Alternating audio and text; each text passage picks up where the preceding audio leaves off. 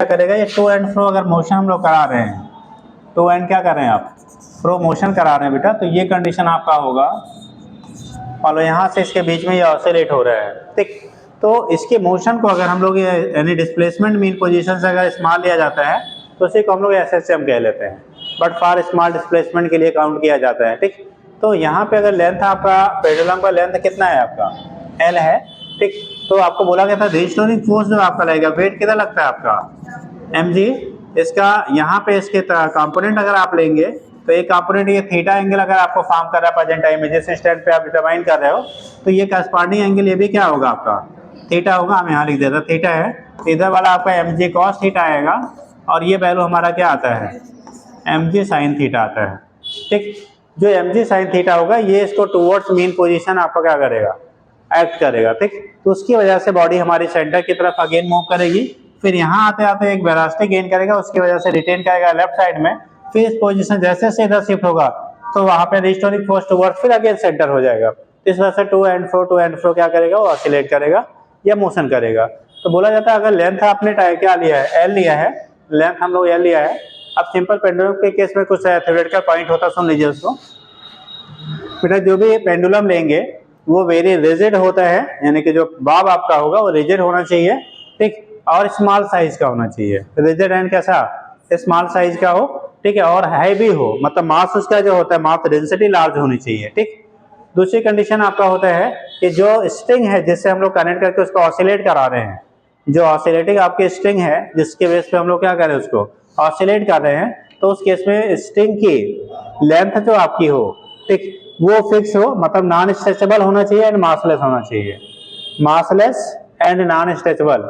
यानी जो स्ट्रिंग है बेटा, ये जो धागा है, ये मासलेस एंड कैसा नॉन स्ट्रेचेबल होना चाहिए, मासलेस एंड नॉन स्ट्रेचेबल होना चाहिए। ये कंडीशन आपका होता है, यहाँ से हम लोग रिप्रेजेंट कर लेंगे क्या होगा, string will be massless and non stretchable, Bob will be small in size and highly क्या डेंस, मतलब उसका जो रिजिडिटी होनी चाहिए मास होना चाहिए, क्योंकि लाइट होगा हल्का होगा तो वाइब्रेट प्रॉपर नहीं करेगा, इसलिए कैसा होना चाहिए, साइज तो छोटी हो बेटा लेकिन उसके मास की वैल्यू लार्ज होनी चाहिए जिससे प्रॉपर्ली वो ऑसिलेट कर सके, ठीक। तो जब टाइम पीरियड हम लोग लिखते हैं बेटा, तो time period of simple pendulum T equal to होता है 2 पाई रूट क्या L by g, T equal to क्या होगा 2 पाई रूट L बाई क्या लेंगे हम लोग जी लेंगे। यहाँ से अगर हम लोग रिलेट करना चाहते हैं कैसे ये आता है, तो देखो ये डिस्प्लेसमेंट आपका x है, सपोज दैट इस पोजीशन पे इसका डिस्प्लेसमेंट कितना लिया आपने, x डिस्प्लेसमेंट आप ले रहे हो, कंसीडर आपने किया डिस्प्लेसमेंट की जो वैल्यू हमारी x है, ठीक, कितना x है, ये एंगल आपने थीटा लिया,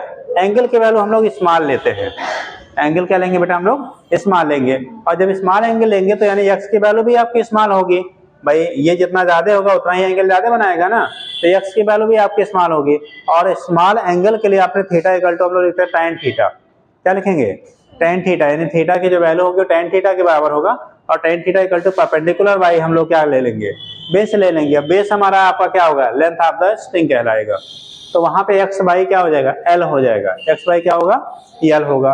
अब कंडीशन यहाँ फोर्स के टर्म में जब लेंगे तो यहाँ पे mg cos थीटा देखो इधर काम कर रहा है, तो ये इसमें टेंशन डेवलप करेगा, क्या डेवलप करेगा टेंशन डेवलप करेगा, और यहाँ जो mg sin थीटा है ये इस पे रिस्टोरिंग फोर्स का काम करेगा।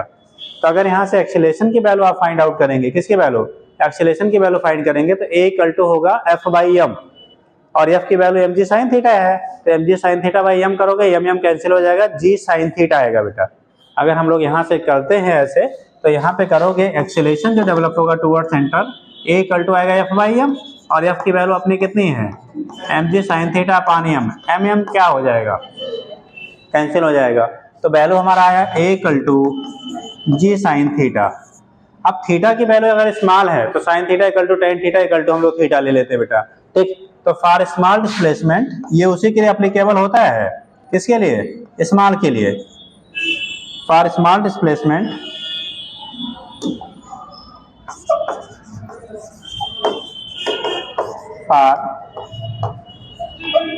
स्मॉल डिस्प्लेसमेंट, ठीक। अगर डिस्प्लेसमेंट की वैल्यू हमारी बेटा स्मॉल है तो sin थीटा इक्वल टू हम लोग क्या कह सकते हैं theta equal to tan theta ले लेंगे, equal to theta equal to यही क्या कह लेंगे हम लोग tan थीटा।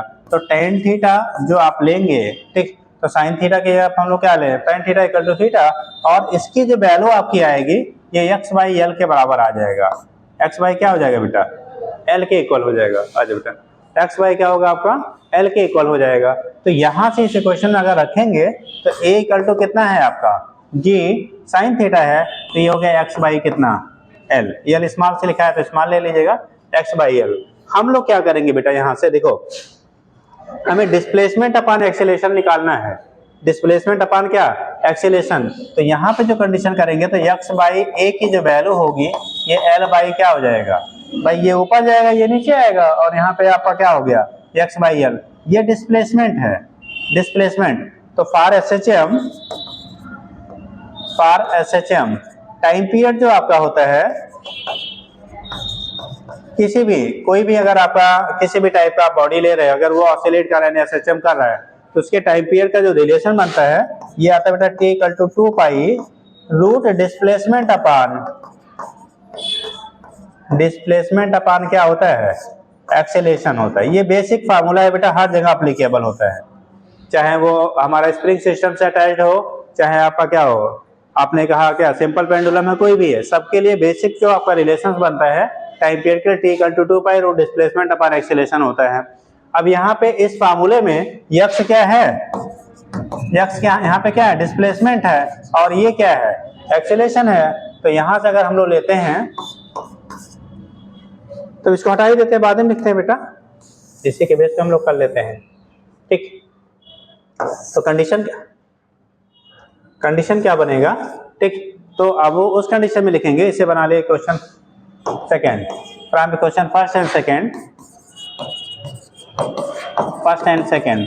हम लोग जब टाइम पीरियड लिखेंगे बेटा t equal to 2 pi root displacement upon, ये डिस्प्लेसमेंट हमने लिखा था बेटा, यहाँ पे डिस्प्लेसमेंट अपान क्या है, एक्सेलरेशन है। तो डिस्प्लेसमेंट अपान एक्सेलरेशन की जगह आप क्या लिख सकते हैं, l बाई जी। तो t equal to 2 pi root l by क्या हो जाता है, g के बराबर हो। तो ये तरीका होता है कैसे हमारा आता है। फिलहाल आज के डेट में आपको जो पूछा जाना है वो ये पूछा जाना है, टाइम पीरियड क्या होगा, किन फैक्टर्स पे आपका डिपेंड करता है, हो जाएगा।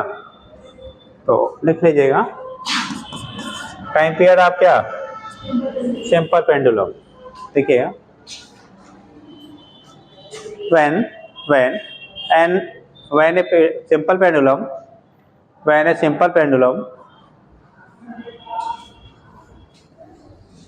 is oscillate, when a simple pendulum is oscillate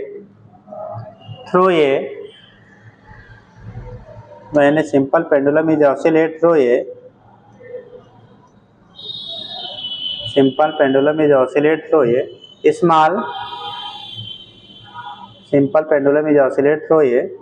small angular displacement,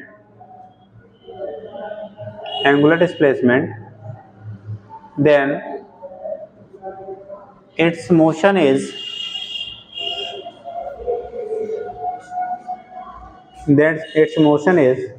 considered as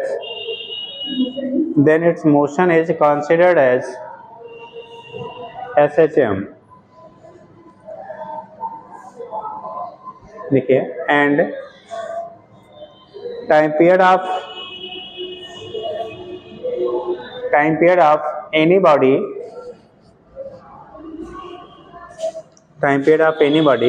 during SHM is given by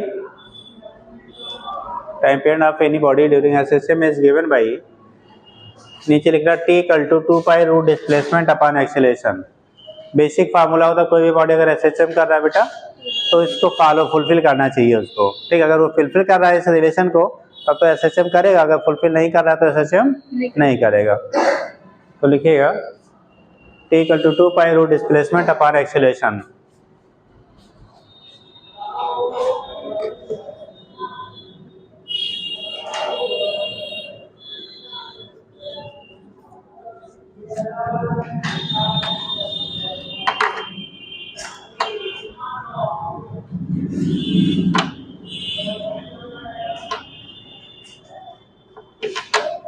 हो गया, t equal to 2 pi root displacement upon क्या हो गया, एक्सेलरेशन हो गया, ठीक।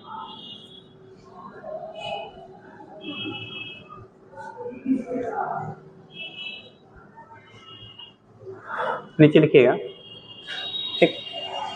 अब ऐसे बना लो बेटा, बना लीजिए और डायग्राम में दिखा दीजिए। यहाँ से लिख के यहाँ तक लाइए, इसको अब आप क्वेश्चन फर्स्ट बना लेना। इस वक्त चूंकि हम लोगों ने इसको पहले लिखा है, हम पहले इसको लिख ले रहे हैं।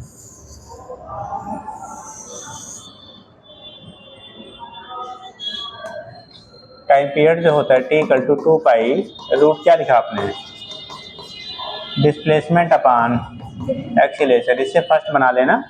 अब यहाँ डायग्राम बना लो, यहाँ से ऐसे नोट कर लीजिए।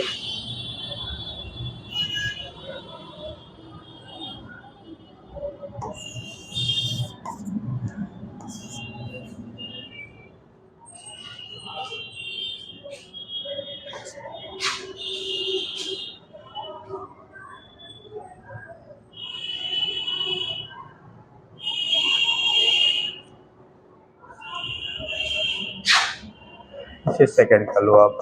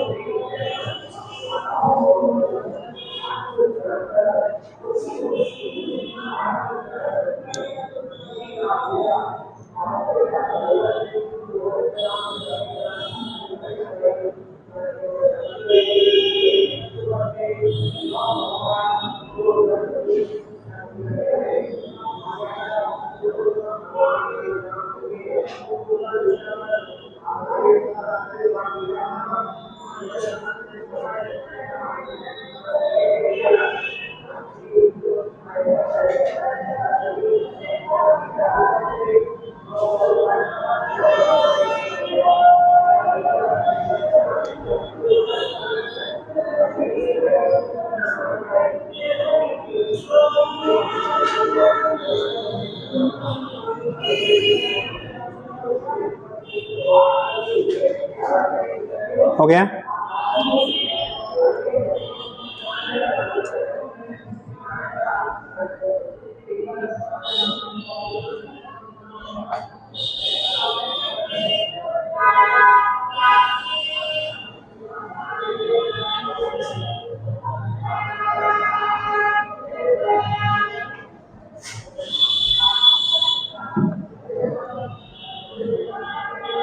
तो टाइम पीरियड जो हो गया बेटा, यहाँ से हम लोग दिखा देते। देखो क्या टाइम पीरियड की वैल्यू जो बॉब का मास है उस पर डिपेंड करेगा। मास आपका जो बॉब आपने लिया है क्या उस पर डिपेंड करेगा? हाँ, तो उस केस में बेटा जो टाइम पीरियड होता है वो बॉब के मास पर डिपेंड नहीं करता है। किस पे? बॉब के मास पर डिपेंड नहीं करता है। हाँ, उस जगह पे जहाँ पे उसे ऑसिलेट किया जा रहा है वहाँ पे जो g है ग्रेविटेशनल एक्सीलरेशन उसकी वैल्यू पे डिपेंड करेगा, और लेंथ ऑफ द किस पे? पेंडुलम पे डिपेंड करेगा।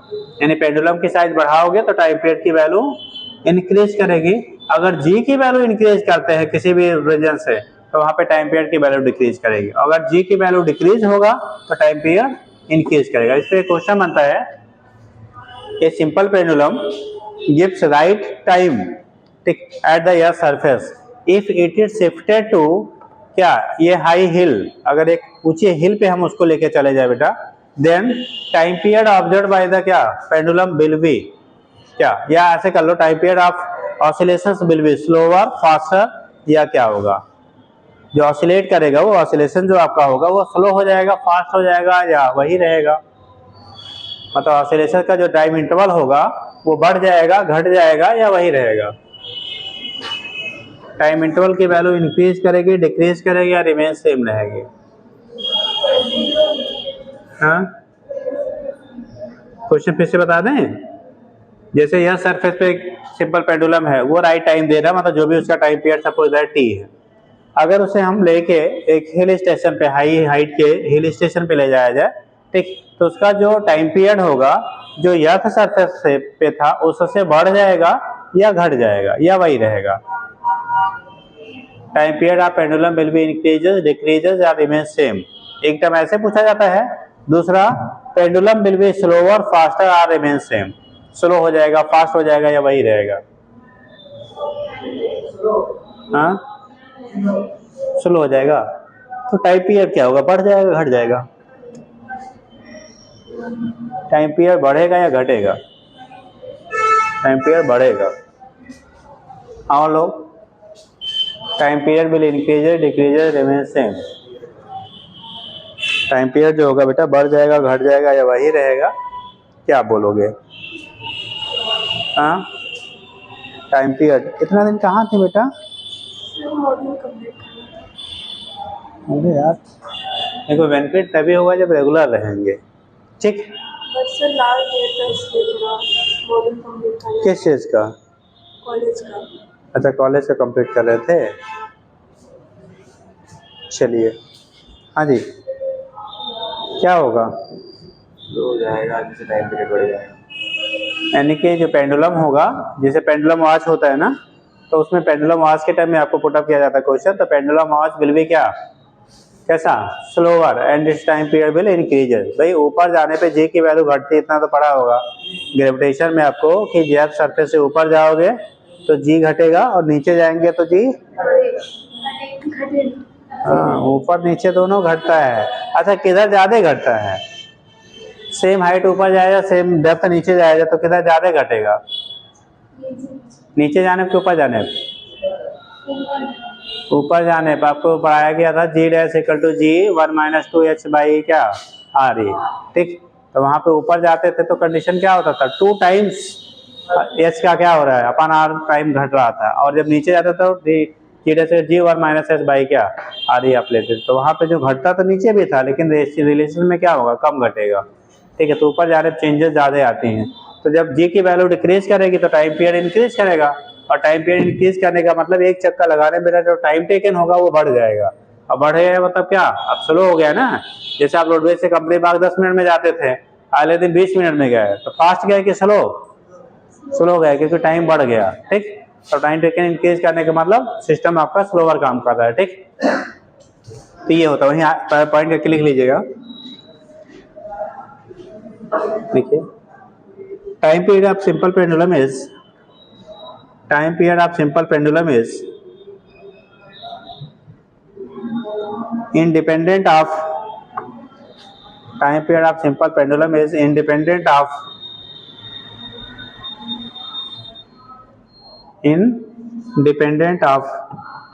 mass of the bulb,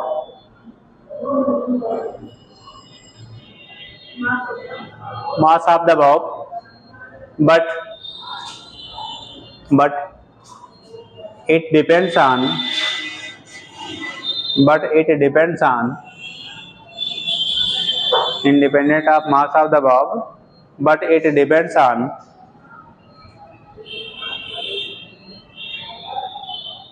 but कर क्या बेटा, it depends on length of the pendulum, क्या, length of the string and value of gravitational acceleration, value of gravitational acceleration, value of gravitational acceleration at value of क्या, ठीक, gravitational acceleration at that point, मतलब वहां पे जहां पे हम लोग ऑब्जर्व कर रहे हैं उस समय वहां पे कितना वैल्यू होगा उस पर डिपेंड करता है।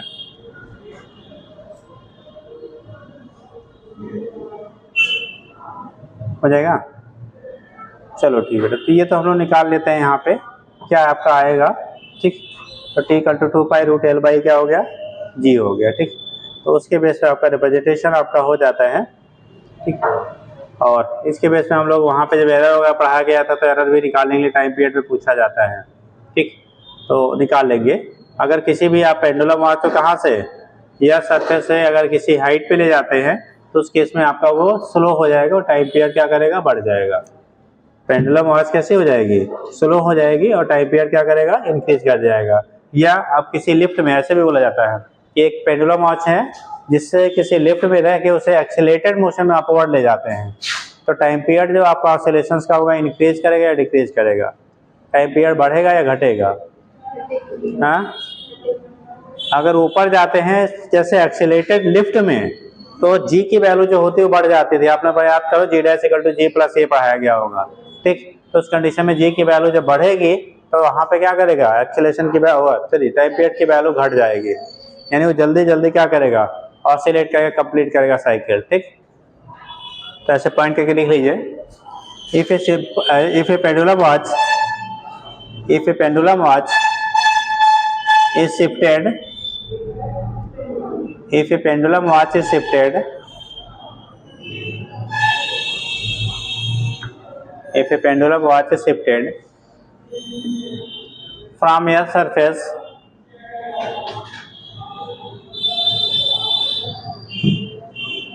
to a large height, then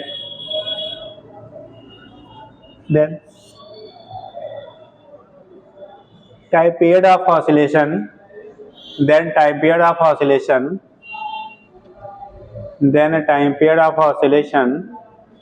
will be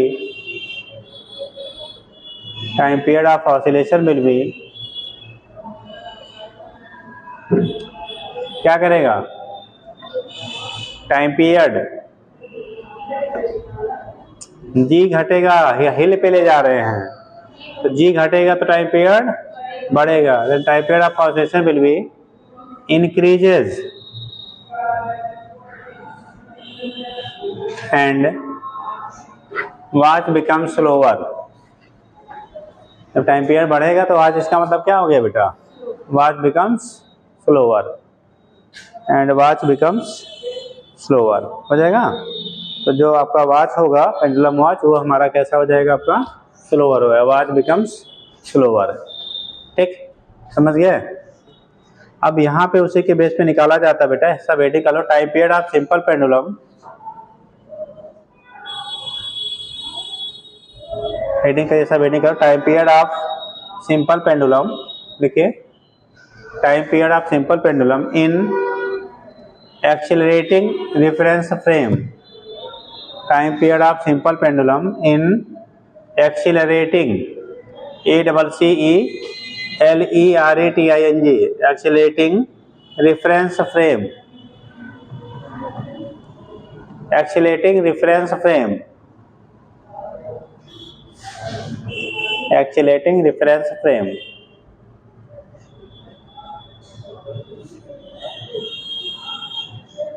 accelerating क्या लिखा बेटा, रेफरेंस फ्रेम, ठीक। अब उस केस में जो टाइम पीरियड आपका होगा बेटा T इक्वल टू हम लोग क्या लिखते हैं 2/√L/G है। तो अगर आप एक्सीलरेटिंग किसी फ्रेम में जैसे लिफ्ट में आप रख रहे हो, बेसिकली उसे प्रोसेस डिजाइन किया जाता है, तो हमारा टाइम पीरियड का फार्मूला हम लोग ने लिखा T इक्वल टू 2π√L अपान यहाँ पे G इफेक्टिव कह ले रहे हैं बेटा, G इफेक्टिव का मतलब जो वहाँ पे G काम करेगा, ठीक। जैसे यार सरफेस पे रहते तो जी ले लेते हैं 9.8, लेकिन जब किसी एक्सीलरेटेड सिस्टम में लेंगे तो या तो जी बढ़ेगा या तो घटेगा, ठीक। तो उस कंडीशन में इफेक्टिव जी कितना काम करेगा वो वहाँ पे हम लोग रखेंगे। अब यहाँ पे ये तो बेसिक फार्मूला हो गया, इफेक्टिव जी का मतलब उस स्टैंड पे जब मेजर कर रहे हो तो वहाँ पे जी कितना लग रहा है वो कहलाएगा आपका इफेक्टिव जी, ठीक। तो लिख लीजिए T equal to 2π√L upon g effective, लिख लेना, where G effective is effective acceleration due to gravity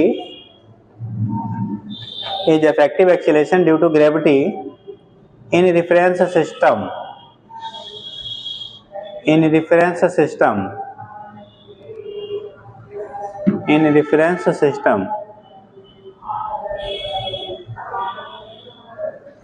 देखना, इफ नेक्स्ट लाइन से, if system is a lift, अगर सिस्टम हम लोग लिफ्ट ले रहे हैं बेटा, लिफ्ट के केस में चूंकि पूछा जाता तो वही कर लेते हैं। If system is a lift, आपको लिफ्ट की कंडीशन पढ़ाई गई थी, याद आ रहा है कुछ पढ़ाया गया था ना, ठीक।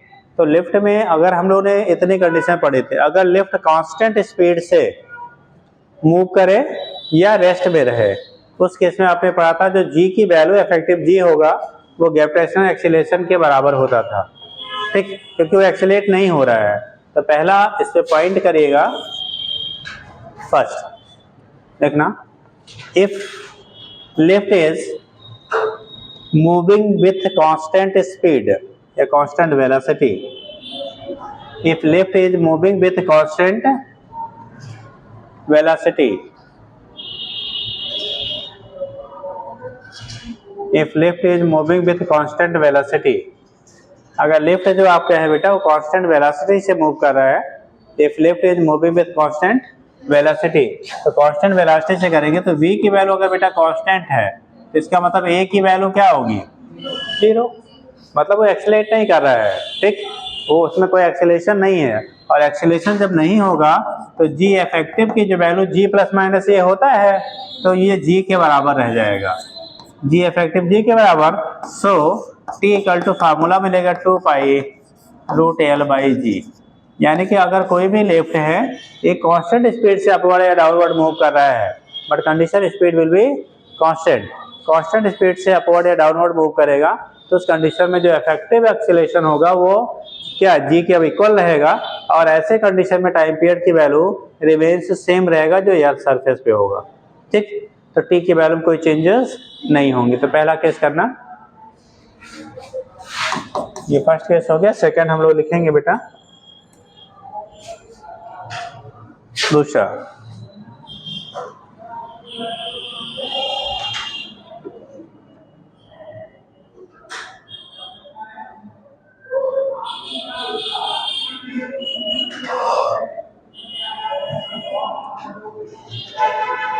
बोले लिखिएगा, if lift is moving upward, if lift is moving upward with acceleration small a, if lift is moving upward with acceleration small a, if lift is moving upward with acceleration small a, lift is moving upward with acceleration क्या small है, अगर lift ए acceleration से क्या कर रहा है upward move कर रहा है, if lift is moving upward with acceleration small a, then अगर ए एक्सीलरेशन से लिफ्ट ऊपर की तरफ जाएगा बेटा, देन हम लोगों ने जी इफेक्टिव पढ़ा था, जब लिफ्ट अपवर्ड जाता है तो इफेक्टिव वैल्यू क्या जी प्लस ए होता है, अब जब आपका एक्सीलरेटर डाउनवर्ड आएगा तो जी माइनस ए होगा, तो यहाँ पे जी इफेक्टिव की वैल्यू जो आएगी वो जी क्या प्लस ए के बराबर होगा। सो P की वैल्यू आ जाएगी 2 पाई रूट क्या L बाई जी इफेक्टिव, तो जी इफेक्टिव हो गया जी प्लस क्या ए के इक्वल हो गया।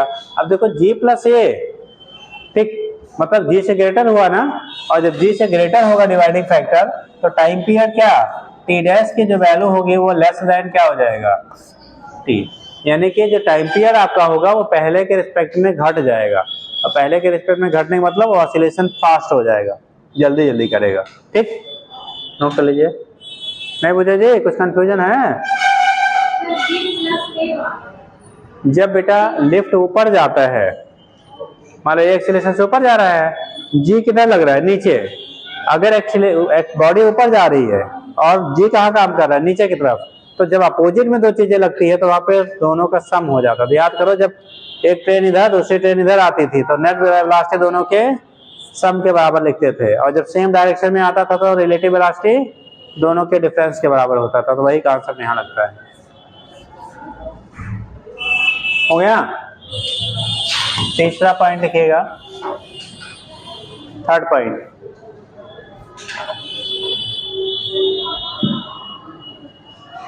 थर्ड लिखेंगे बेटा, if left is moving if lift is moving downward, if lift is moving downward, lift is moving downward with acceleration a, if lift is moving downward with acceleration a, with acceleration क्या a, if lift is moving downward with acceleration a, अगर lift बेटा downward आ रही है किस acceleration से, a acceleration से, if lift is moving downward with acceleration a, तो यहाँ पे g इफेक्टिव जो आपका हो जाएगा g माइनस क्या a, क्योंकि दोनों का डायरेक्शन सेम रहेगा, नीचे g भी काम कर रहा है, नीचे की तरफ एक्सेलरेट भी हो रहा है, तो वहाँ पे इफेक्टिव वैल्यू दोनों के डिफरेंस के बराबर होगा। जब सेम डायरेक्शन में दोनों का डिफरेंस, अपोजिट डायरेक्शन में तो दोनों का सम, ठीक, अपोजिट में सम और सेम में डिफरेंस के बराबर होता है। तो लिख लीजिए g effective equal to g minus क्या हो गया, ए के बराबर हो गया, ठीक। तो टाइम पीरियड क्या होगा, यहाँ पे टाइम पीरियड का T double dash 2 pi root L upon g minus a. अब देखो डिवाइडिंग फैक्टर घट रहा है बेटा, डिक्रीज कर रहा है, और जब डिक्रीज करेगा तो रिजल्टेंट वैल्यू क्या करेगा, इंक्रीज करेगा, यानी कि यहाँ पे T double dash that is कर लो, that is T double dash will be greater than क्या टी। इस कंडीशन में टी डबल डैश की वैल्यू टी से क्या हो जाएगा, ग्रेटर हो जाएगा। नोट कर लीजिए।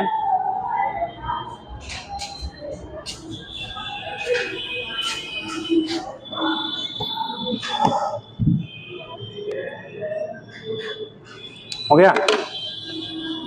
नेक्स्ट कंडीशन, अगर बेटा जो लिफ्ट है ना उसकी चेन ब्रेक कर जाए, जिस रोप से जुड़ा हुआ है वो ब्रेक कर जाए, ठीक, तो क्या होगा जी, क्या करेंगे, मतलब जिस चेन से आपकी लिफ्ट जुड़ी हुई थी अगर चेन ब्रेक कर गया मतलब फ्री फॉल होने लगा तो हैं, और जी और ये बराबर हो जाएगा तो टाइम पीरियड क्या हो जाएगा, उस कंडीशन में time period will be infinite, वो ऑसिलेट ही नहीं करेगा, जहां रहेगा वही रुका रह जाएगा, ठीक। तो तीसरा कंडीशन, नेक्स्ट कंडीशन लिखिएगा,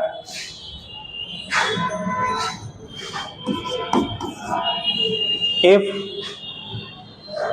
lift is moving downward, if lift is moving downward freely, if lift is moving downward freely, if lift is moving downward freely, if lift is moving downward freely, अगर lift जो है वो नीचे की तरफ freely आ रहा है बेटा, if lift is moving downward freely, अगर लिफ्ट आपका नीचे की तरफ फ्रीली मूव कर रहा है तो if lift is moving downward freely, अगर वो फ्रीली आपका नीचे की तरफ आएगा तो a की वैल्यू g के बराबर हो जाएगा, ठीक।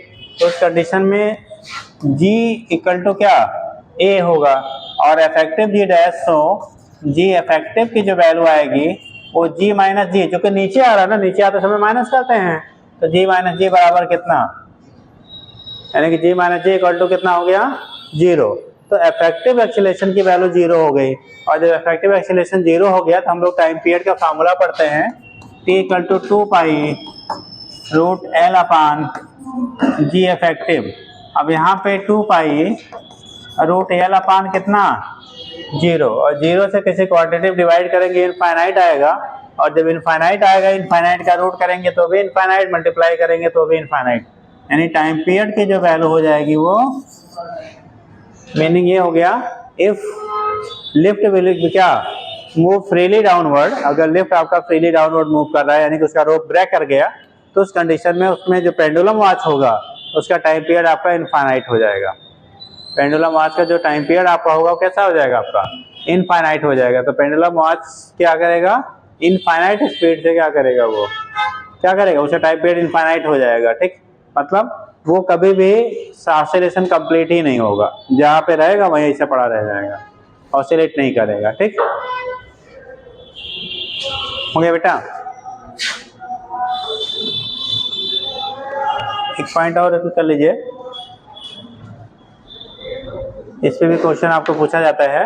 जैसे मान लो आपने अक्सर गाड़ियों में कुछ ना कुछ लोग टांग लेते हैं, कुछ लोग भगवान जी की कोई तस्वीर टांग लेते हैं, कुछ लोग कुछ मुर्गी मुर्गा तोता बिल्ली टांग लेते हैं, मतलब सबके अलग अलग पेशा वो है, जिसका जो मर्जी करता है तो क्या करते हैं गाड़ी में लगा लेते हैं। ठीक, तो जब गाड़ी एक्सीलेट होती है तो वो आगे जाता है कि पीछे आता है कि अपनी पोजीशन पे लटका रहता है। जब गाड़ी जैसे मान लो आपका गाड़ी आगे की तरफ जा रही है, आपने एक्सीलेट किया कहेगा, तो जो भी आपने हैंग किया वो चाहे भगवान जी हो चाहे कुछ भी हो, जो भी आपका हैंगिंग पोजीशन में है गाड़ी में आपके, वो आगे की तरफ जाता है कि पीछे की तरफ जाता है? पीछे। और जब ब्रेक लेते हैं तब आगे की तरफ। अब की बार जब बैठिएगा तो देखिएगा वो कहाँ जा रहा है, और जब टर्न करेंगे तो गाड़ी को मोड़ा तो जिधर मोड़ेंगे, अगर लेफ्ट में हम टर्न कर रहे हैं तो राइट में टर्न करेंगे तो लेफ्ट साइड। तो मतलब वो आपका क्या करता है, मूव करता है, ठीक, मोशन में रहता है। तो कंडीशन क्या हो गया, यहाँ पे वही कंडीशन कही जा रही है कि अगर आपने किसी पेंडुलम आर्च को कहाँ लिफ्ट में ना रख के किसी व्हीकल में रख रहे हैं और व्हीकल एक्सेलरेट हो रहा है, सपोज दैट ये एक्सेलरेशन से एक्सेलरेट हो रहा है, उस कंडीशन में उसके टाइम पीरियड का क्या कंडीशन बनेगा। तो जब हमारे जी इधर की तरफ है, एक्सेलरेशन मान लो इधर की तरफ है, तो इसका रिजल्टेंट जी जो आएगा, दोनों 90 डिग्री का एंगल बना ना, तो जो 90 का एंगल फॉर्म करेगा तो उस केस में क्या हो जाएगा, √g² + a² के बराबर आएगा। जैसे मान लो ये हमारे जी डाउनवर्ड काम कर रहा है, एक्सेलरेशन किधर की तरफ काम कर रहा है, फॉरवर्ड डायरेक्शन में, जी डाउनवर्ड, एक्सेलरेशन किधर आपका फॉरवर्ड डायरेक्शन में, तो इनका इफेक्टिव जी जो होगा ये कहीं दोनों के बीच से लाई करेगा और उसकी वैल्यू आएगी √g² + क्या, a² के बराबर आएगा। भाई दो वेक्टर जब 90 डिग्री पे होते हैं तो उनका वेक्टर सम कितना आता था, √a² + b², तो वही कंडीशन √g² + a² के क्या हो जाएगा, बराबर होगा। तो नेक्स्ट पॉइंट करिएगा,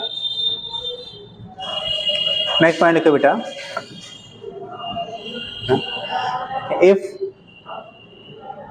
इफ रेफरेंस सिस्टम, मतलब जो भी है, if reference system is a vehicle moving with acceleration a,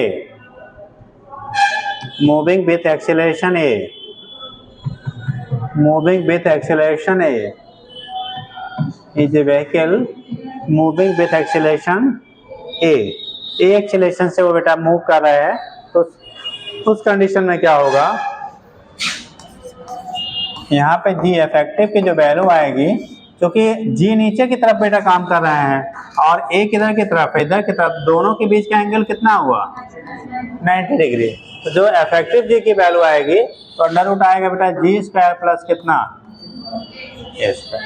तो यहाँ इफेक्टिव जी की वैल्यू आएगी g² + √g² + a²।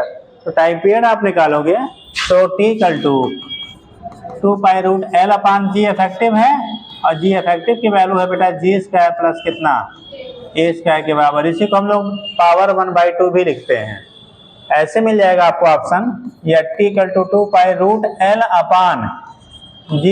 + a² के पावर 1/2। रूट क्योंकि डबल रूट यहाँ पे आ रहा है तो एक रूट को रिप्लेस कर दीजिए, पावर के फॉर्म में लिख लीजिए, ठीक, जैसे आपकी मर्जी। तो ये कंडीशन आपका होता है, यहाँ से हम लोग रिप्रेजेंट कर लेते हैं टाइम पीरियड। अगर आपको किसी एक्सीलरेटिंग व्हीकल में अगर आपका रखा गया है पेंडुलम वॉच, तो उस केस में टाइम पीरियड को इस फार्मूले से रिलेट कर लेते हैं।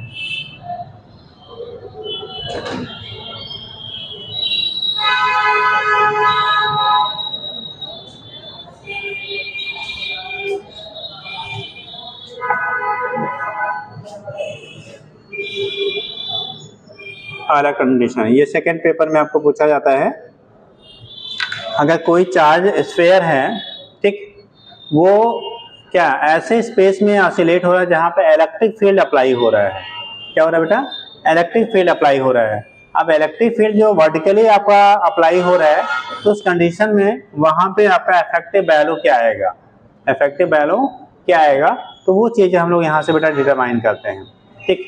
जैसे दो चीज़ें हैं, मान लो ये पेंडुलम है, पेंडुलम चार्ज है, जब चार्ज होगा बेटा और इलेक्ट्रिक फील्ड E अप्लाई किया जाएगा तो वहाँ पे फोर्स, इलेक्ट्रिक फोर्स होगा या इक्वल टू Q × E। आपने पढ़ा होगा, इतना पहले इसे 12th पास होके आए हैं तो इतना तो पढ़े होंगे कि कोई भी चार्ज पार्टिकल अगर उस पर चार्ज की वैल्यू Q है और उसे इलेक्ट्रिक फील्ड ई में अगर आप पुट करेंगे, ठीक, रखा जाएगा, तो उस पर लगने वाला जो इलेक्ट्रिक फोर्स होता है F = Q × E के इक्वल होता है। तो उस कंडीशन में यहाँ पे जो फोर्स रहेगा F = Q × E आएगा, तो एक्सीलरेशन निकालेंगे तो QE क्या हो जाएगा, m के बराबर हो जाएगा, ठीक। तो वहाँ जब एक्सीलरेशन फाइंड आउट करोगे तो QE क्या हो जाएगा, m के आपका इक्वल हो जाएगा। तो लिखिएगा नेक्स्ट कंडीशन लिखिएगा, if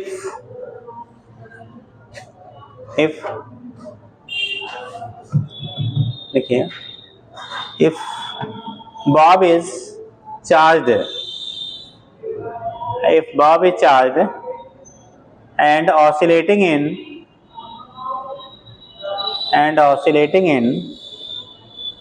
a vertical field,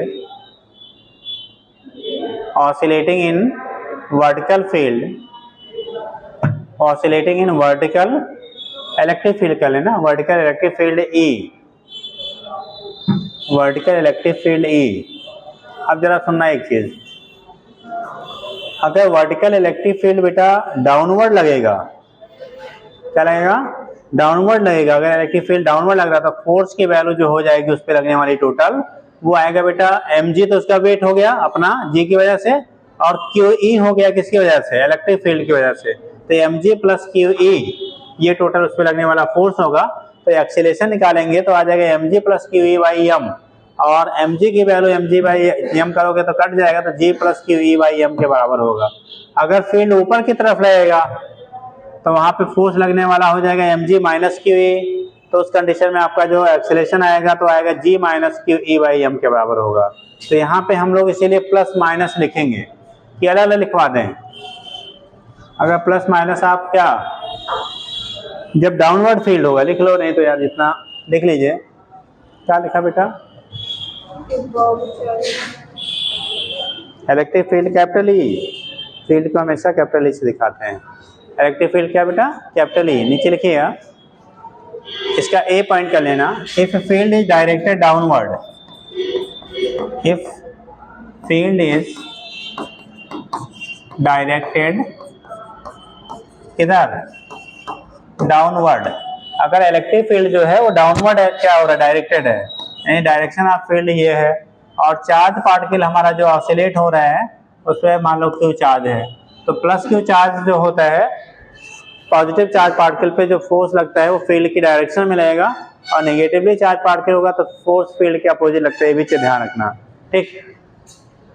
तो यहाँ पे F की जो वैल्यू आएगा बेटा, एक तो mg, क्योंकि g तो लग ही रहा है ना डाउनवर्ड, mg प्लस कितना, Q × E। तो A की वैल्यू हो जाएगी बेटा F/m करोगे तो mg/m करोगे तो ये तो कट जाएगा, तो आएगा g + QE/m। ये हो गया g इफेक्टिव, इसे कह लो क्या, g इफेक्टिव का काम करेगा। सो T = 2π √L/g + QE/m के बराबर होगा।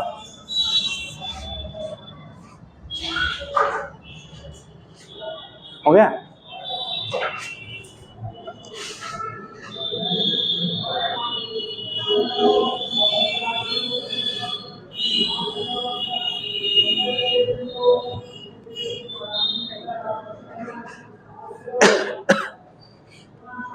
नीचे वालों ने क्या जला दिया बेटा,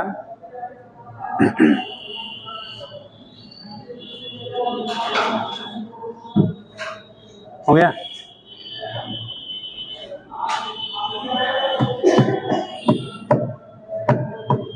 तुम लोग को फ्री का टेस्ट देते हैं। चलो, तो टी की वैल्यू हो गया बेटा यहाँ से 2π √L/g + QE/m। नीचे लिखना, if field is directed upward, b कर लेना इसका, if field is directed upward, if field मतलब इलेक्ट्रिक फील्ड है, फील्ड इज डायरेक्टेड इधर अपवर्ड। अगर जो इलेक्ट्रिक फील्ड है बेटा वो ऊपर की तरफ लग रहा हो, यानी कि फील्ड का डायरेक्शन इधर है और चार्ज पार्टिकल जो है प्लस क्यू चार्ज आपका कहाँ पे है, ये है, तो इसका मास वेट तो mg नीचे रहेगा, लेकिन इस पे जो फोर्स लगेगा QE कहाँ लगेगा, ऊपर की तरफ।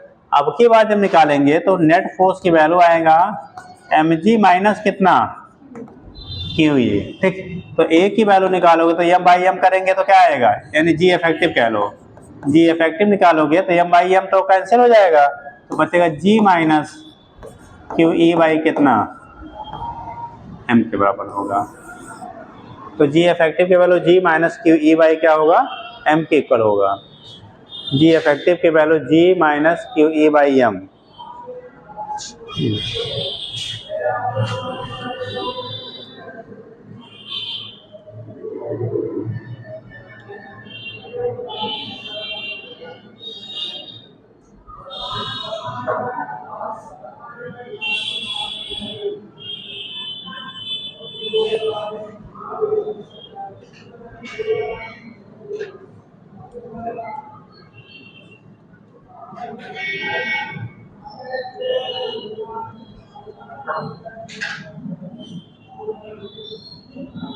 हो गया, तो जी इफेक्टिव की value g minus QE by क्या हो जाएगा, m के बराबर हो जाएगा। ठीक, आगे लिखिएगा,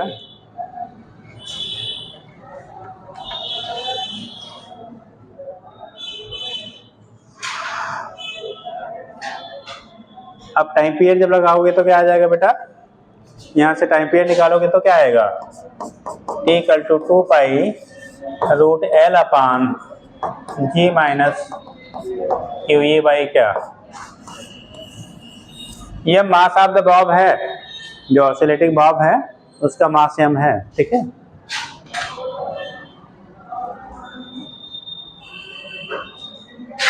सी पॉइंट कर लीजिएगा।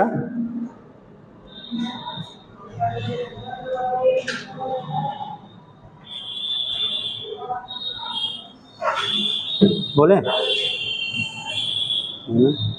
If electric field is horizontal, A था वर्टिकली अपवर्ड, बी था वर्टिकली डाउनवर्ड, तीसरा हो गया ऐसे ही, ए था वर्टिकली डाउनवर्ड, बी था वर्टिकली अपवर्ड, तीसरा हो गया horizontal. If electric field is horizontal, अब जरा सुनना बेटा, जल्दी करो। ये मान लो चार्ज इस पे हमारा प्लस क्यू है, वेट तो कहाँ काम करेगा, डाउनवर्ड ही काम करेगा, इसमें तो कोई डाउट है नहीं।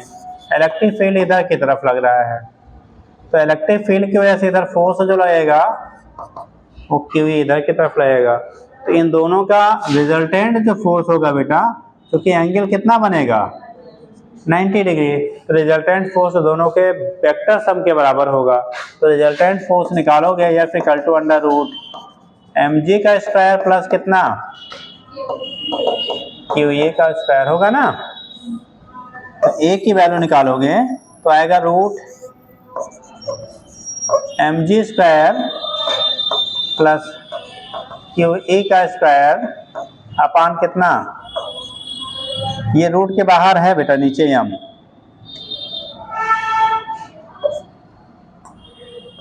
अपान हो जाएगा कितना m, इसको रूट में करेंगे तो एक m कैंसिल हो जाएगा, तो यहाँ पे लिख सकते हैं ये जी इफेक्टिव है बेटा, जी इफेक्टिव यही कट लिख सकते हैं, इसको रूट में ले लेंगे बेटा पूरा, तो आएगा g square plus QE by m का, बोलिए रूट में जाएगा तो स्क्वायर में आ जाएगा, और हमने होल स्क्वायर के टर्म में कर लिया, तो ये जी इफेक्टिव हो गया। तो यहाँ पे जब टाइम पीरियड निकालोगे तो t equal to 2 pi under root L upon, इसकी वैल्यू हो गया बेटा root g square plus QE by m का होल स्क्वायर, या तो इसको हम लोग क्या पावर के फॉर्म में लिख सकते हैं। ठीक है, जैसे पीछे कंडीशन किया था ना, वैसे पावर के फॉर्म में कर सकते हो, कर लेंगे इतना। चलिए, तो ये तो कहानी अपनी हो गई बेटा सिंपल, किसका पेंडुलम का क्या होगा,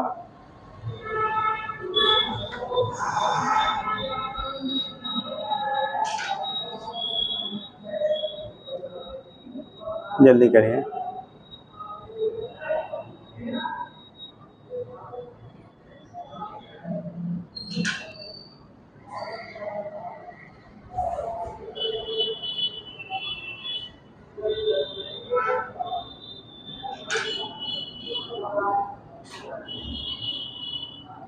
नेक्स्ट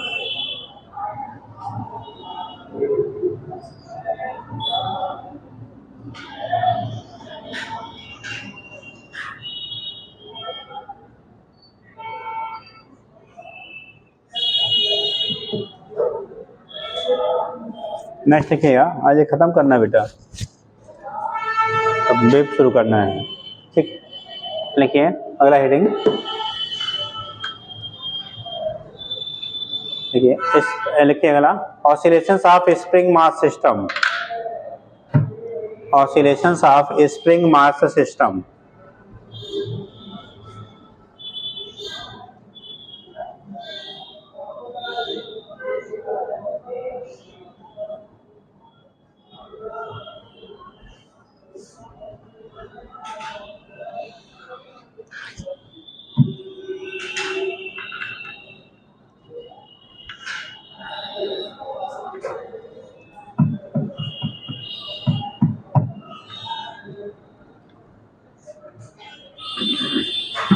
बोला जाए बेटा, किसी भी स्प्रिंग को, थोड़ा टाइम को देखते हुए हम लोग करेंगे, किसी भी स्प्रिंग को बेटा जब हम लोग उससे एक बॉडी को कनेक्ट करते हैं, कनेक्ट करके या तो उसके हॉरिजॉन्टल स्मूथ सरफेस पे रखिए, कहाँ पे, क्या हॉरिजॉन्टल स्मूथ सरफेस पे रखिए, या तो वर्टिकली उसे ऑसिलेट करिए। फार्मूला दोनों से सेम बनता है। अंतर क्या आएगा, जब हम लोग क्या करेंगे बेटा, वर्टिकल ऑसिलेशन करेंगे तो जब आप उसको फ्रीली हैंग करोगे तो स्प्रिंग थोड़ी सी स्ट्रेच करेगी, यानी फैलेगी, फिर उसके बाद हम लोग पुशअप करके छोड़ देते हैं, अप एंड डाउन मूवमेंट करेगा। और जब किसी हॉरिजॉन्टल सरफेस पे रखोगे तो उसका जो मीन पोजीशन है, इक्विलिब्रियम पोजीशन है, उससे आपका या तो कंप्रेस करिए स्प्रिंग को या तो एक्सपेंड करके छोड़िए, तो लेफ्ट एंड राइट आपका क्या करेगा, ऑसिलेट करेगा। तो दोनों से रिजल्ट हमारा सेम आता है, चाहे वो हॉरिजॉन्टल हो या वर्टिकल हो। हम लोग ऐसे दिखा लेंगे बेटा, oscillation of spring mass system. Oscillation of spring mass system. कोई स्प्रिंग मास सिस्टम है बेटा, उसके ऑसिलेशन की हम लोग डिस्कस करते हैं। तो जैसे ले लो एक, मान लो ये स्प्रिंग है, ब्लॉक है मस, स्प्रिंग का स्प्रिंग कांस्टेंट के है। इसको बेटा अगर आपने इसे ऑसिलेट किया, मतलब इस पोजीशन से इक्विलिब्रियम पोजीशन पे है, आप अगर इधर की तरफ खींचोगे, यानी इसको स्प्रिंग को फैलाएंगे, एक्सपेंड करेंगे, तो ब्लॉक किधर आना चाहेगा, लेफ्ट साइड में, यानी रिस्टोरिंग फोर्स होगा जो वो बेटा उसे मीन पोजीशन पे लाना चाहेगा। अगर आप इसे कंप्रेस करोगे तो क्या करना चाहेगा, वो फिर से अपने ओरिजिनल पोजीशन पे आना चाहेगा, तो एक्सपेंड करना चाहेगा। यानी कि आप कंप्रेस करेंगे तो एक्सपेंड करना चाहेगा, एक्सपेंड करेंगे तो कंप्रेस होना चाहेगा। दोनों ही कंडीशन में, चाहे आप कंप्रेस करिए चाहे बेटा एक्सपेंड करिए, दोनों ही कंडीशन में आपका क्या करेगा, वो फिर से मीन पोजीशन की तरफ आने की टेंडेंसी होगी। और जो मीन पोजीशन की तरफ आने की टेंडेंसी आपकी होगी, वही वहां पे रिस्टोरिंग फोर्स का काम करेगा। किसका काम करेगा बेटा, रिस्टोरिंग फोर्स का काम करेगा, जो फोर्स वहां पे डेवलप होगा, जिसकी वजह से मीन पोजीशन की तरफ वो शिफ्ट हो रहा है। तो यही काम करेगा एज ए क्या, रिस्टोरिंग फोर्स का काम करेगा। तो यहां से जब दिखाएंगे, सपोज दैट स्प्रिंग को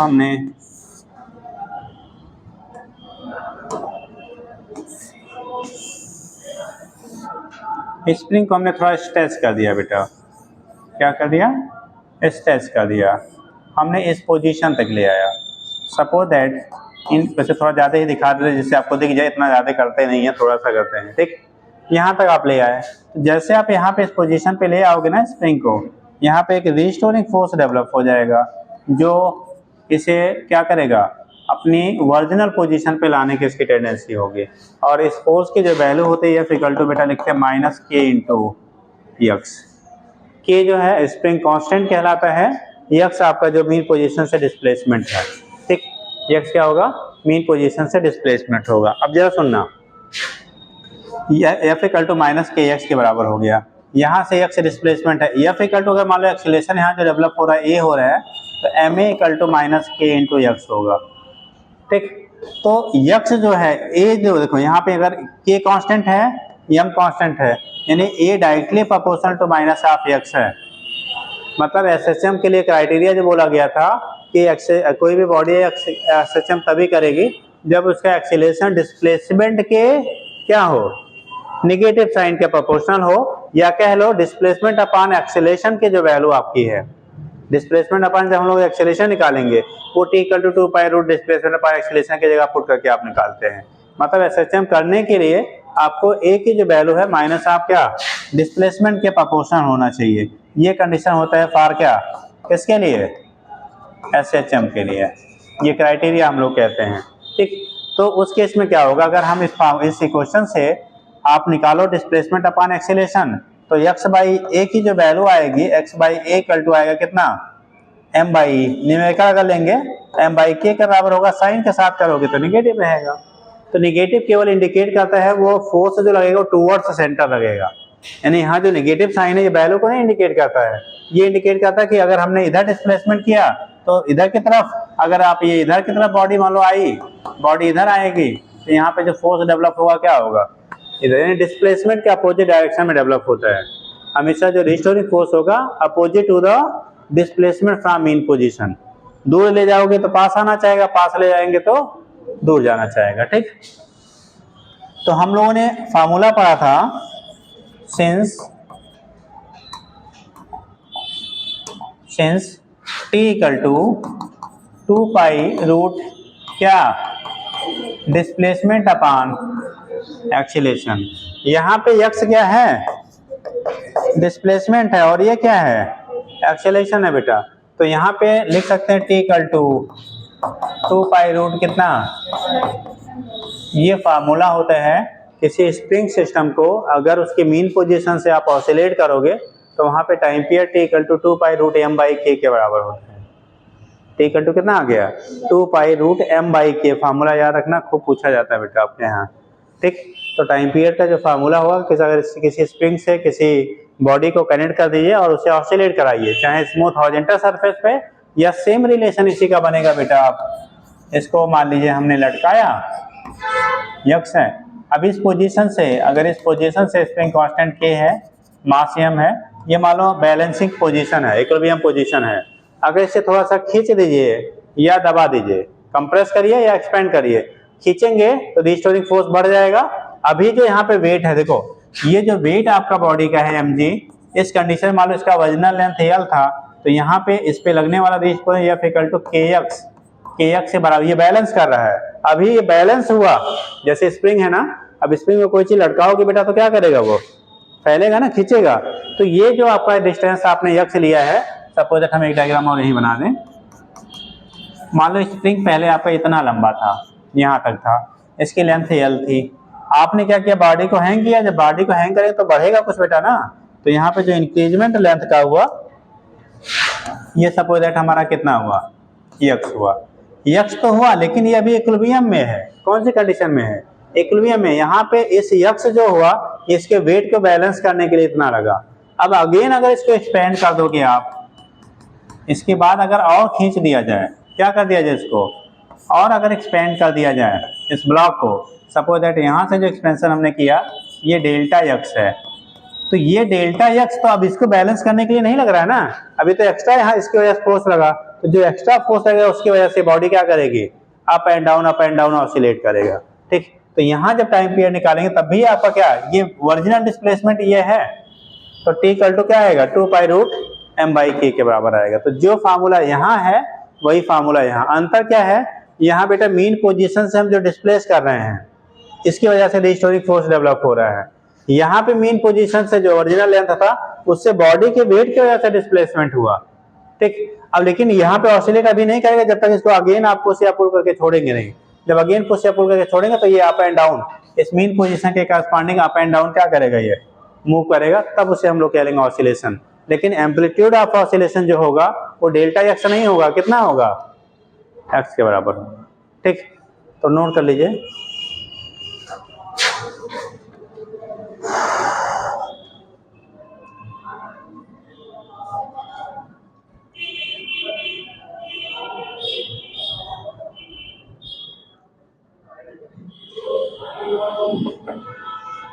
या इसी को दूसरे फॉर्म में हम लोग जरा दिखा दें, इसको यक्स नॉट कह लो और इसको खाली यक्स कह लो बेटा। इसको जो है ऊपर वाला जो बैलेंसिंग कंडीशन में वो यक्स नॉट ले लो और इसे हमने ले लिया यक्स, तो यहाँ पे जो रिस्टोरिंग फोर्स अब काम करेगा, ठीक, F इक्वल टू ये वाला यहाँ से हटा दो, वो बैलेंसिंग फोर्स आपका ये रहेगा। यहाँ से जब करेंगे F इक्वल टू लिख लो माइनस कितना K इंटू यक्स, ये कर लीजिए आप। ये इक्विलिब्रिया वाला कंडीशन है, इसे एक्शन 8 से दिखा ले रहे हैं। इक्विलिब्रिया कंडीशन में जो उस पर लग रहा है वो हमारा क्या है, एक्शन 8 है, और उसके बाद अगेन हमने जो एक्सपेंड किया वो डेल्टा एक्स है या एक्स है, और इसकी वजह से बॉडी अप डाउन क्या कर रही है, ऑसिलेट हो रही है। दिखा दो।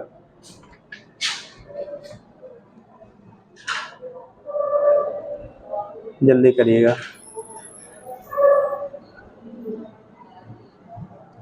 टाइम बता देना बेटा जरा।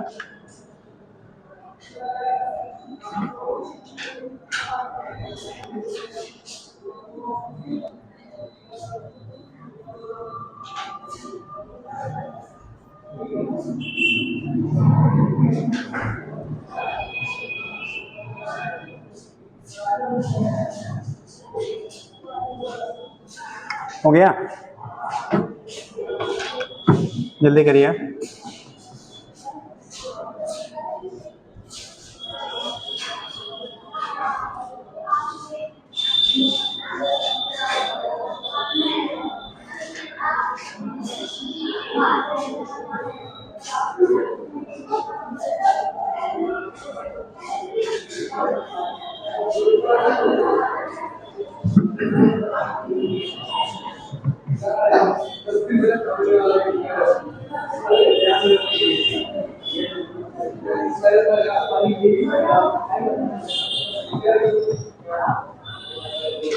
हो गया। नेक्स्ट क्या बेटा, अगर दो स्प्रिंग को आपने कनेक्ट कर दिया और उसके साथ बार को कनेक्ट कर रहे हो, ठीक, तो उस केस में टाइम पीरियड क्या होगा। अब कनेक्शन जो आपका होगा आइदर सीरीज और क्या पैरेलल, या तो बेटा सीरीज में होगा या तो दूसरा क्या होगा आपका पैरेलल में होगा, तो आइदर सीरीज और पैरेलल। तो लिखिएगा series combination of spring, series combination of spring, series combination of spring.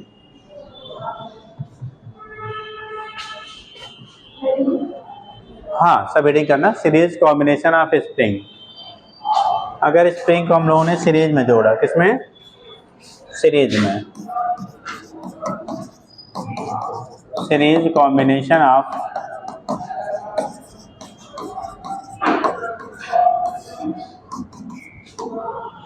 Series combination of क्या लिखा आपने, स्प्रिंग। तो जब सीरीज कॉम्बिनेशन ऑफ स्प्रिंग क्या करेंगे बेटा, तो उस केस में सपोज दैट ये सपोर्ट था, आपने दो स्प्रिंग को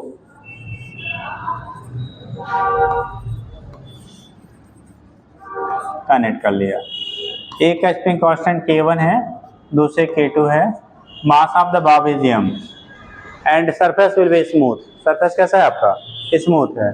तो इस केस में क्या बेटा, जब हम लोग फोर्स अप्लाई करेंगे ना, तो जितना आपका पहले वाले स्प्रिंग पे लगेगा उतना ही दूसरे वाले पे लगेगा। तो दोनों में आपका जो F होगा, फोर्स एक्ट करेगा दोनों स्प्रिंग पे, वो minus K1 x1 equal to minus K2 x2 के बराबर होगा। जैसे आप धागे से खींचो ना, जितना यहाँ लगेगा उतना वहाँ, क्योंकि मार्शलेस हम लोग लेते हैं। तो वहाँ पे जो कंडीशन आपकी आती है, यानी कि दोनों स्प्रिंग पे जो लगने वाले फोर्सेज हैं वो सेम लगेंगे। तो मान लो पहला वाला स्प्रिंग x1 डिस्टेंस बढ़ा, दूसरा वाला x2 डिस्टेंस आपका इंक्रीजमेंट हुआ, तो उस केस में हम लोग यहाँ पे निकालते बेटा इफेक्टिव K की वैल्यू क्या होगी। तो आप इतना याद रखिए क्योंकि बहुत टाइम नहीं है।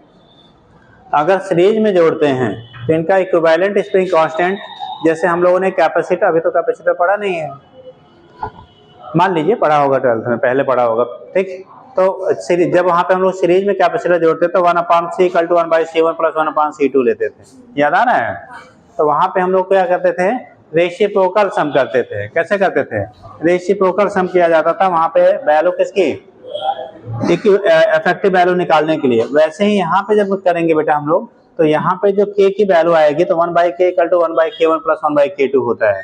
यानी इक्विवेलेंट आपका क्या स्प्रिंग कांस्टेंट की वैल्यू सीरीज में जब जोड़ेंगे तो 1/K1 + 1/ क्या होगा, K2 के इक्वल होगा।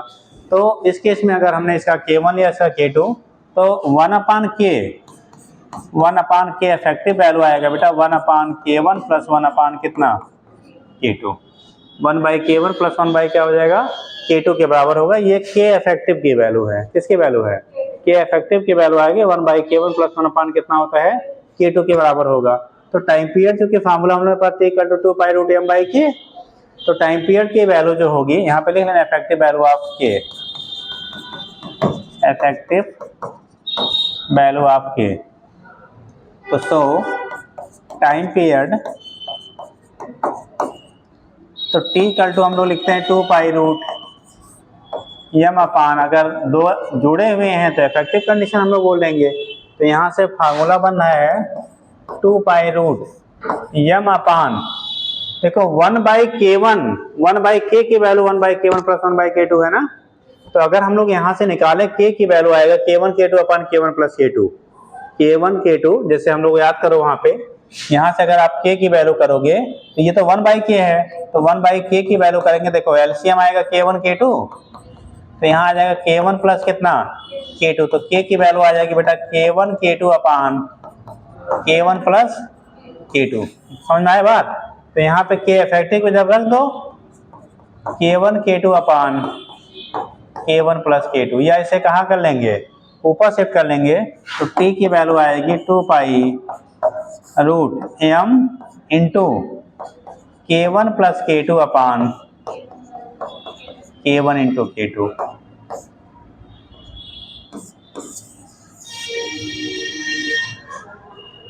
t = 2π कितना हो गया m √ k1 + k2 / k1 k2। तो ये टाइम पीरियड हो जाएगा अगर हम लोग क्या कर रहे हैं उसको सीरीज में जोड़ा है तो।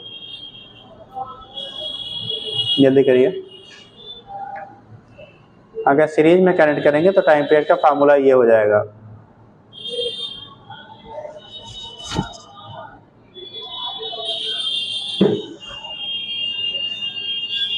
इस यूनिट के लिए कुल कितने लेक्चर हैं बेटा? हाँ हाँ, उसी अनुसार आपको दौड़ाना पड़ेगा ना। हाँ,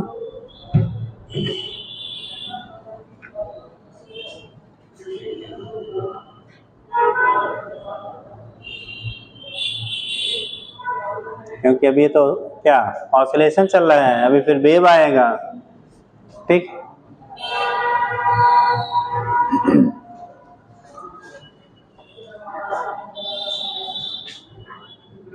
नेक्स्ट लिखना parallel combination of springs.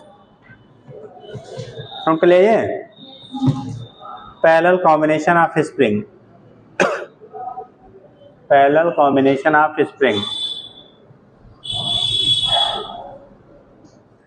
Parallel combination of spring.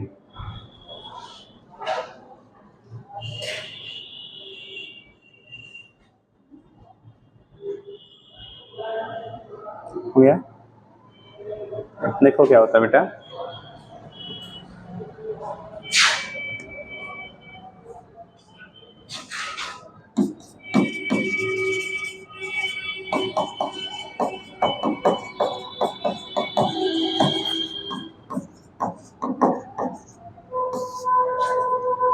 अच्छा, ये बताना आपको देख के कि इनमें से कौन सीरीज है कौन पैरेलल है, कौन सीरीज है कौन पैरेलल है, या दोनों सीरीज हैं या दोनों पैरेलल हैं।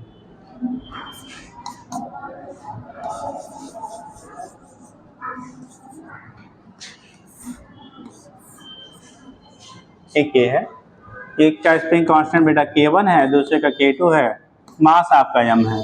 दूसरा डायग्राम हम लोग ले रहे हैं।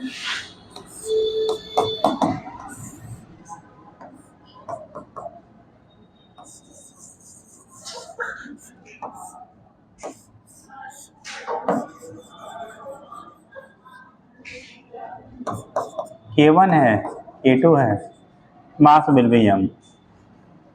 इनमें से कौन सा सीरीज कॉम्बिनेशन को डिनोट कर रहा है, कौन सा पैरेलल को, या बोथ आर पैरेलल या बोथ आर सीरीज, क्या है? इनमें दोनों सीरीज दोनों पैरेलल, या एक सीरीज दूसरा पैरेलल, या पहला पैरेलल दूसरा सीरीज। हाँ जी, और कोई इनके आंसर से कितने लोग सहमत हैं? इन्होंने बोला पहला पैरेलल है, दूसरा सीरीज में है। हाथ उठाओ। सेकंड, बोथ आर पैरेलल, इसके फेवर में कौन है? दोनों पैरेलल हैं। तीसरा, बोथ आर सीरीज,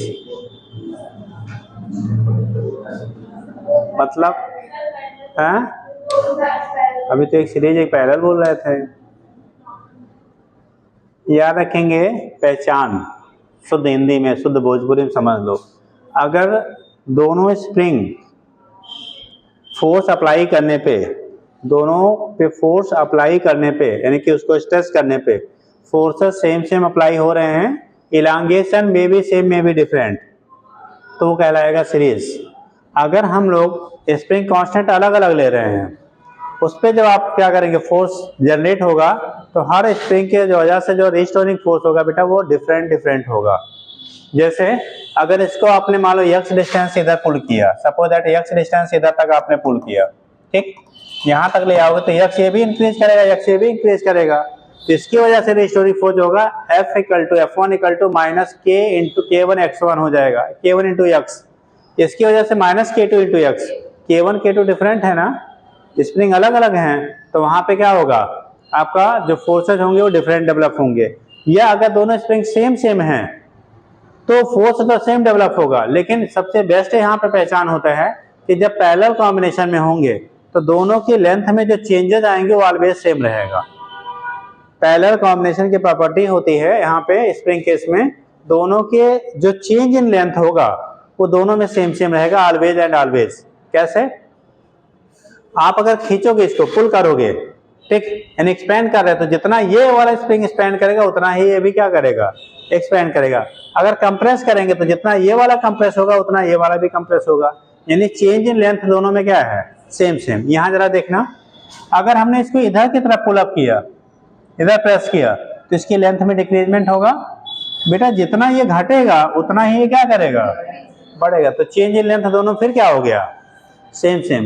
यानी कि पैरेलल कॉम्बिनेशन की बेस्ट प्रॉपर्टी होती है ऑलवेज बोथ में change in length same same रहेगा, चेंज इन लेंथ क्या रहेगा, सेम सेम रहेगा, ठीक। और सीरीज में जब करेंगे तो दोनों पे फोर्स जो डेवलप होगा वो ऑलवेज सेम रहेगा, ठीक। तो ये कंडीशन आपका दोनों ही पैरेलल है बेटा, वो दिख रहा है आपको, खाली बेवकूफ बनाने के लिए दे दिया गया कि लगे आपको सीरीज में है, एक लाइन भी दिख रहा है ना, लेकिन लाइन के बीच में गड़बड़ है, कुछ घोटाला है, ठीक। तो वहां पे क्या है, दोनों ही पैरेलल कॉम्बिनेशन को इंडिकेट करेंगे। यहाँ पे जो इफेक्टिव आपका स्प्रिंग कांस्टेंट आपका होगा क्या, इफेक्टिव स्प्रिंग कांस्टेंट, अब 60 में हम लोग कर रहे हैं क्योंकि टाइम कम है। इफेक्टिव स्प्रिंग कांस्टेंट के की जो वैल्यू होता है जब हम लोग इसको पैरेलल में कनेक्ट करते हैं, क्या करेंगे बेटा, पैरेलल में कनेक्ट करेंगे, तो याद रखिएगा इफेक्टिव स्प्रिंग कांस्टेंट के की वैल्यू, जैसे वहां पे कैपेसिटर का parallel combination C1 + C2 + C3 होता था, ऐसे यहाँ K1 + क्या हो जाएगा, K2 हो जाएगा। तो ध्यान रखना, जैसे ये याद रखना किसका बिहेवियर एज ए कैपेसिटर जैसे होता है कॉम्बिनेशन के टर्म में, ठीक। तो यहाँ पे K की जो वैल्यू आएगी वो K1 + K2। अब टाइम रहता तो पूरा प्रूव करके बताया जाता है, बट ना आपको जरूरत है और ना ही आपके पास टाइम है, दोनों फैक्टर हैं। तो K = K1 + क्या, K2 होगा। सो टाइम पीरियड, जो टाइम पीरियड T = आएगा 2π√m/K होता है, तो m/ कितना हो जाएगा, K1 + K2। तो टाइम पीरियड की वैल्यू के T = 2π√m/K1 + K2 के क्या हो जाएगा आपका, इक्वल हो जाएगा। तो यहाँ से हम लोग बेटा डिटरमाइन कर लेंगे टाइम पीरियड की वैल्यू क्या होगी, ठीक। सिंपल पेंडुलम ऑलरेडी हम लोगों ने कर ही चुके हैं, और कंपाउंड को आज के डेट में फिलहाल वहाँ पे पुटअप हो नहीं रहा है, तो कहने के लिए ये चीज़ें आपकी लगभग एक टर्म इसमें बचा हुआ है ऑसिलेशंस में, डैम्ड ऑसिलेशन, ठीक, forced oscillation and damped oscillation, ठीक। तो एक फोर्स ऑसिलेशन होगा, दूसरा क्या होगा, डैम्ड ऑसिलेशन। वो चीज़ें हमें डिस्कस करनी है, थोड़ा सा बता दिया जाएगा, ठीक है, नेक्स्ट पीरियड में, क्योंकि सर आ गए हैं तो आप लोग पढ़ लीजिए, ठीक। फोर्स्ड ऑसिलेशन एंड क्या, डैम्ड ऑसिलेशन, ठीक। फोर्स का मतलब किसी भी कोई बॉडी, जैसे आपकी है, आप झूला झूले हो ना, तो झूलते हैं तो उस केस में साइड से दो लोग खड़े होते हैं उसको पुशअप करने के लिए। अगर वो पुशअप करते रहते हैं तो आपका एम्पलीट्यूड कांस्टेंट बना रहता है, यानी कि वो मेंटेन रहता है। लेकिन अगर वो पुश करना बंद कर दे तो धीरे धीरे स्लो हो जाएगा। तो उस कंडीशन में अगर आपका स्लो हो जा रहा है तो कहलाएगा डैम्प्ड ऑसिलेशन, मतलब उसका एम्पलीट्यूड धीरे धीरे क्या करता घट जाता है। और अगर आपने क्या किया, पीछे से उसकी इतनी एनर्जी देते जा रहे हैं कि फिर से वो मेंटेन कर ले रहा है, तो उसे कहेंगे फोर्स्ड ऑसिलेशन। ठीक, एक फोर्स्ड कहेंगे, दूसरा क्या कहेंगे, डैम्प्ड। तो थोड़ा पढ़ के आना अगर आपके पास कोई सोर्स है।